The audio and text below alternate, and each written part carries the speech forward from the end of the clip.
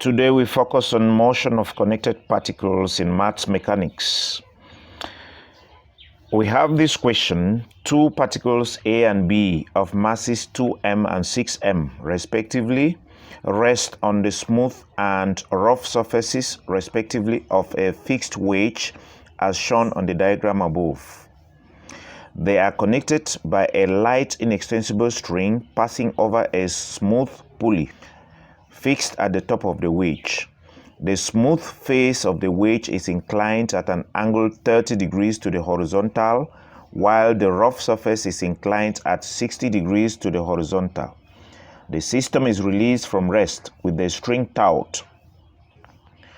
Given that the coefficient of friction between B and the plane is 2/3, show that A, the acceleration of the particles, is 3g/8 √3 - 1 meter per second squared.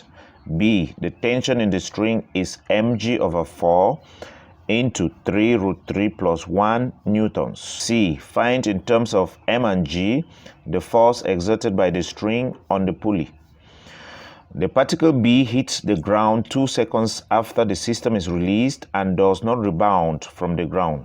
D, show that the further distance which A travels before coming to momentary rest is g into 3/4 into √3 - 1 all squared meters.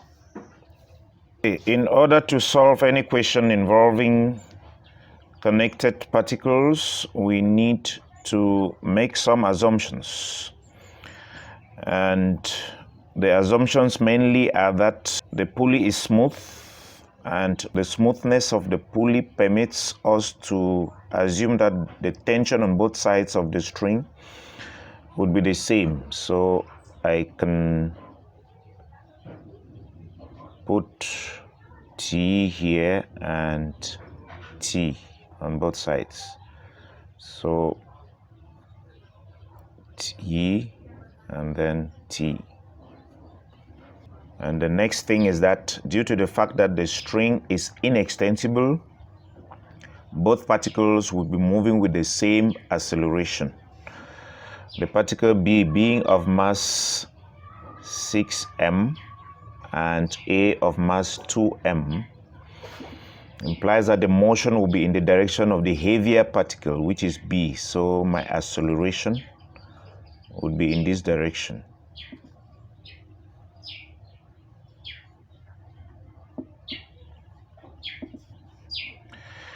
The next thing now is that I need to resolve the weight of each particle.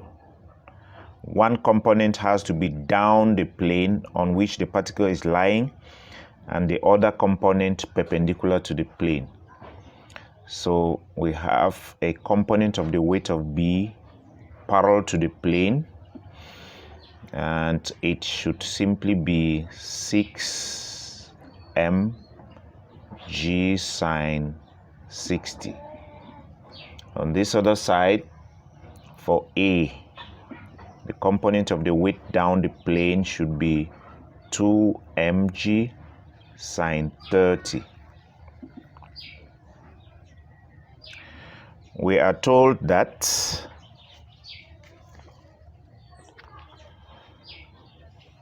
the surface on which B lies, the rough surface, is inclined at 60 degrees. And so there is the need to indicate friction. Friction will be opposing the motion of B. You can call that friction F. It's actually on the surface. Friction should be here, F.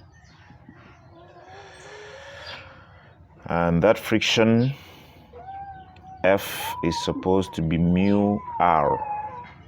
That means the coefficient of friction times the reaction of the surface where B is acting.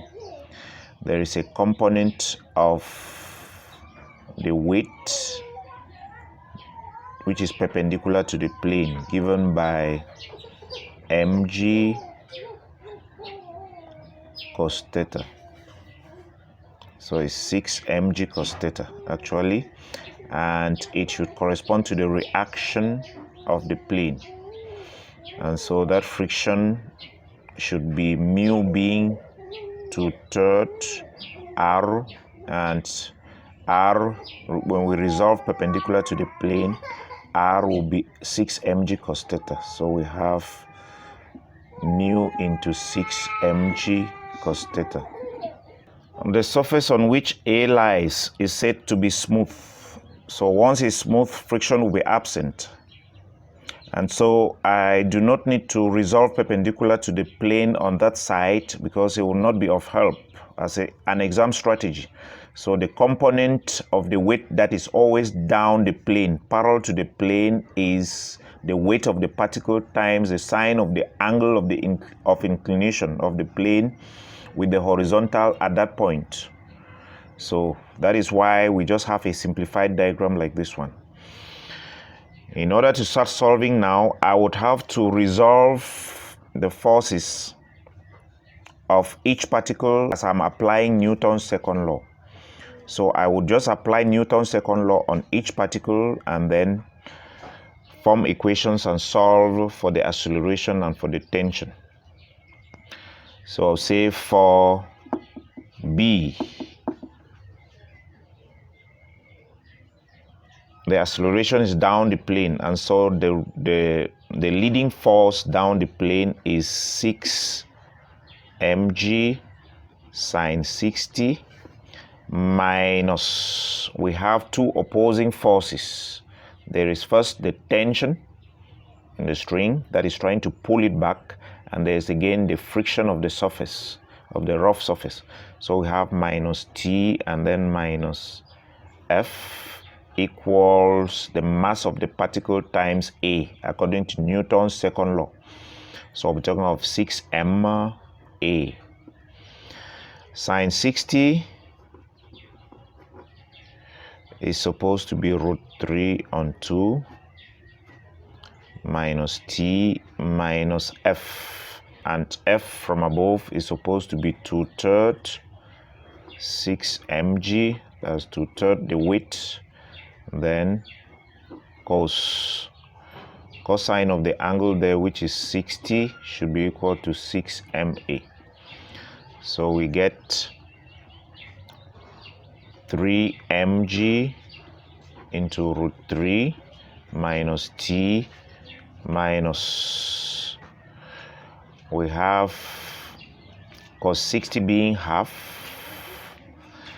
we'll cancel this other 2, and then 3 will cancel 6, so we end up with 2 mg equals 6 ma.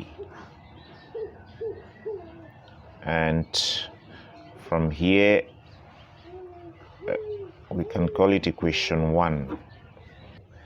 And then applying Newton's second law on particle A, the motion is up the plane this time, and tension being the leading force, we'll be talking of the resultant force being T minus 2 mg sine 30, which is half, equals the mass of the particle, which is 2m, then times the acceleration.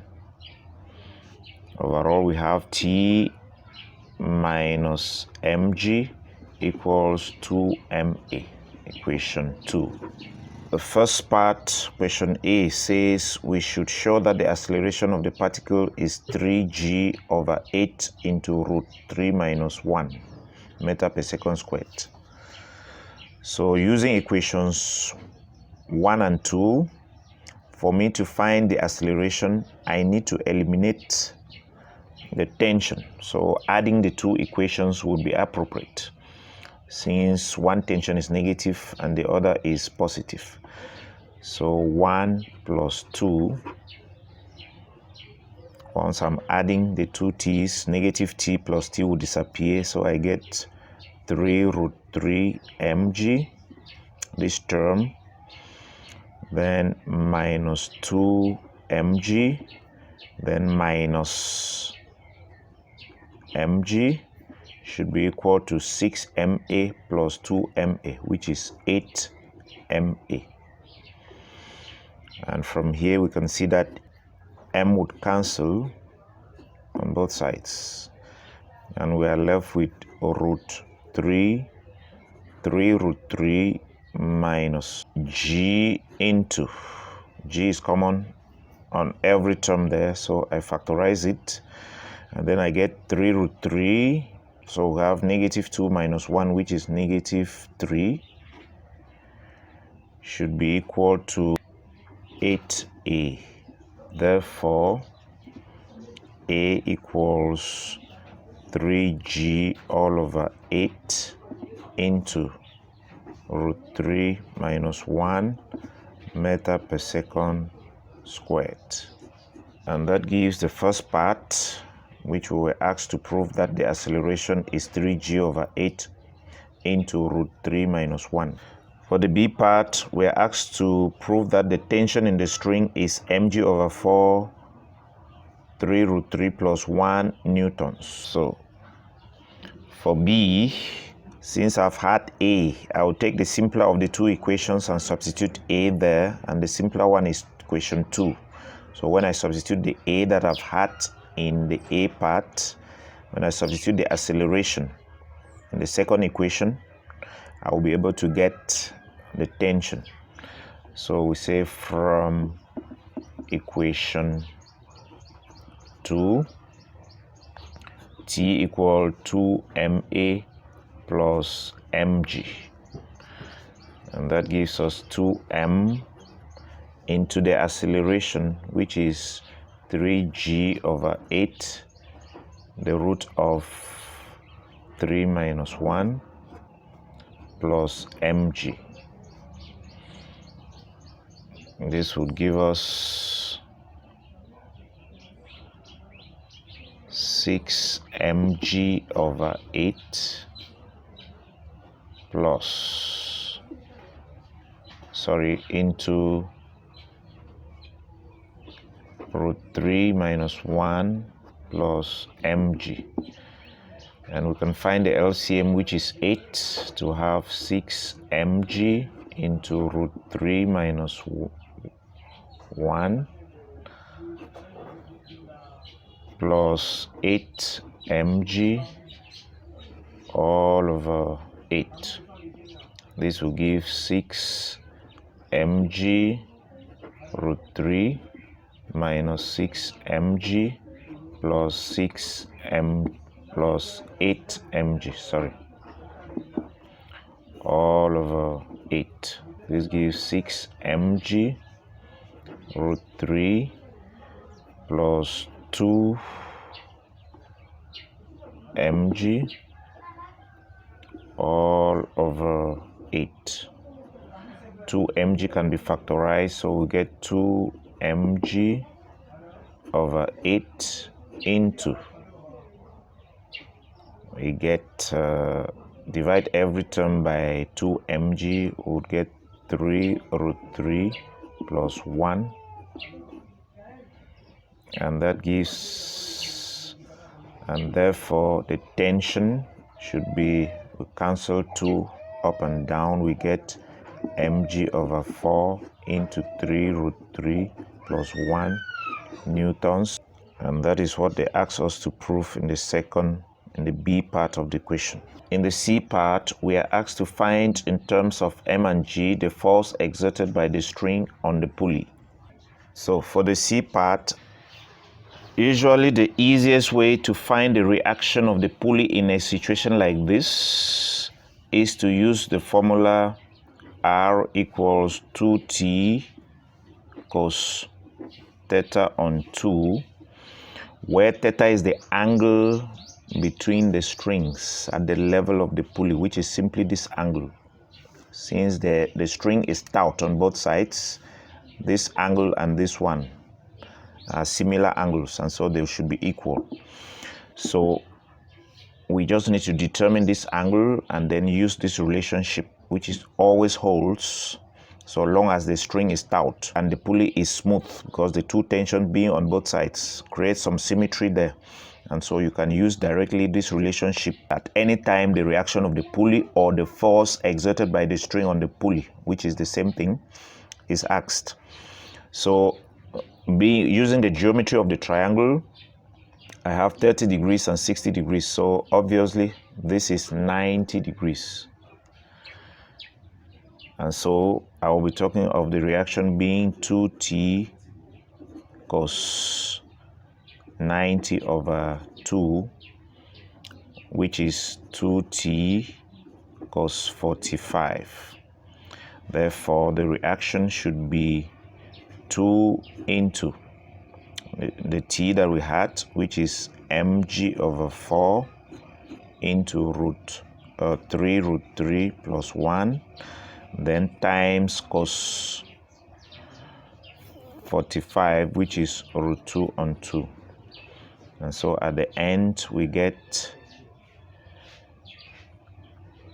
root 2 on 2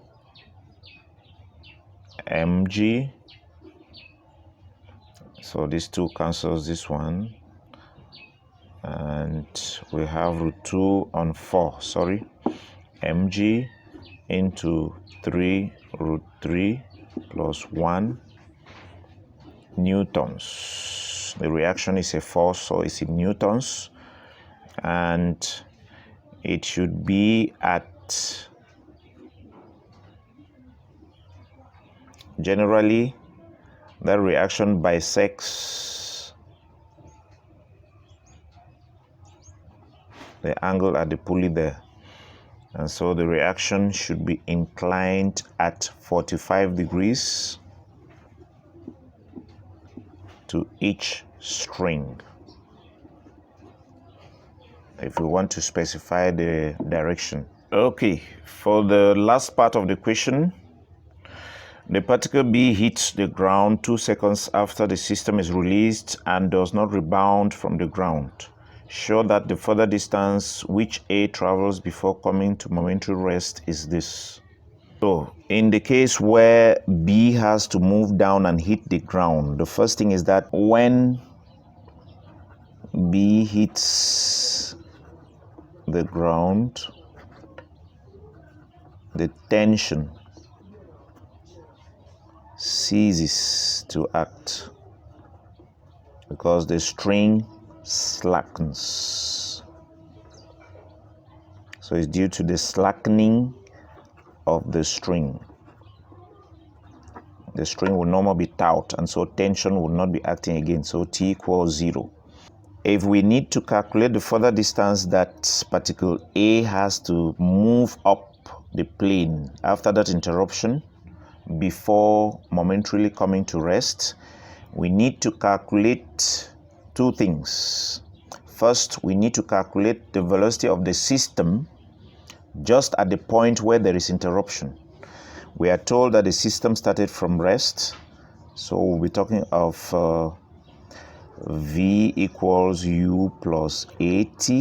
This V being the final velocity just before interruption, which would serve as the initial velocity for A to begin the ascent, the distance of which we are asked to calculate.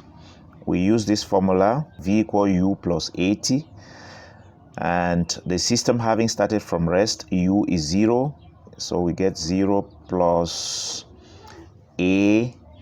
A is the acceleration that we are just from proving the relationship here, which is 3g all over 8 into root 3 minus 1. And then times the time. They said 2 seconds later, that's when there is interruption. So 2 for the time. And so by the time the system is being interrupted, the particles are moving with a common velocity given by 3g over 4 into root 3 minus 1. This is the velocity with which A starts moving up the plane as B has stopped moving. A moves slightly up before stopping. So having had the U for the motion, which is this one, I need to get the new acceleration. There is a certain deceleration with which A has to move up because it will be decelerating. due to the fact that tension having been ceased, T is 0 at the moment the system is interrupted by B hitting the ground. We now have it that A moves up the plane with the sole force acting on it being the gravitational resistance 2 mg sine 30. And so A prime is such that A prime is the deceleration with which A moves the plane, as I already explained, is such that T, I go to the equation of motion of A, which is supposed to be T minus mg equal to ma. So T minus mg equal to ma prime. This time I have to change it because it's no longer the initial acceleration with which the system was moving. And so I would now replace T with 0 because the interruption has slackened the string and T is now 0.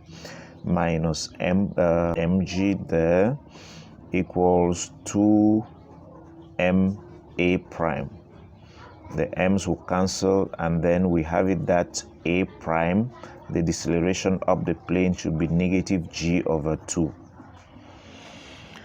So as A moves up the plane with initial velocity v or u being 3g over 4 root of 3 minus 1, it would come to a final velocity v equals 0 due to the fact that it will stop momentarily.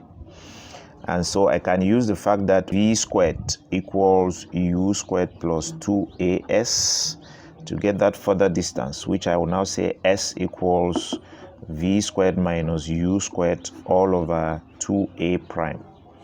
And then substituting, we have 0 squared minus 3g over 4 into root 3 minus 1 all squared divided by 2 into negative g over a.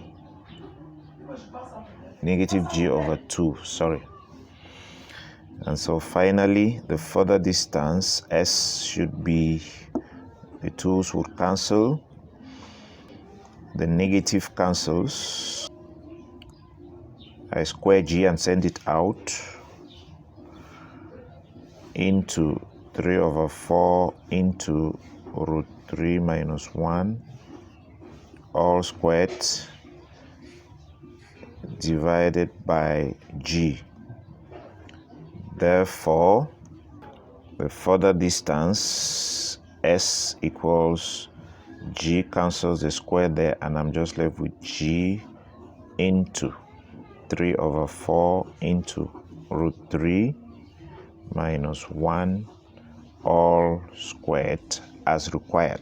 Question said we should prove that further distance A would travel up the plane before coming to momentary rest is g into 3 over 4 into root 3 minus 1 all squared meters.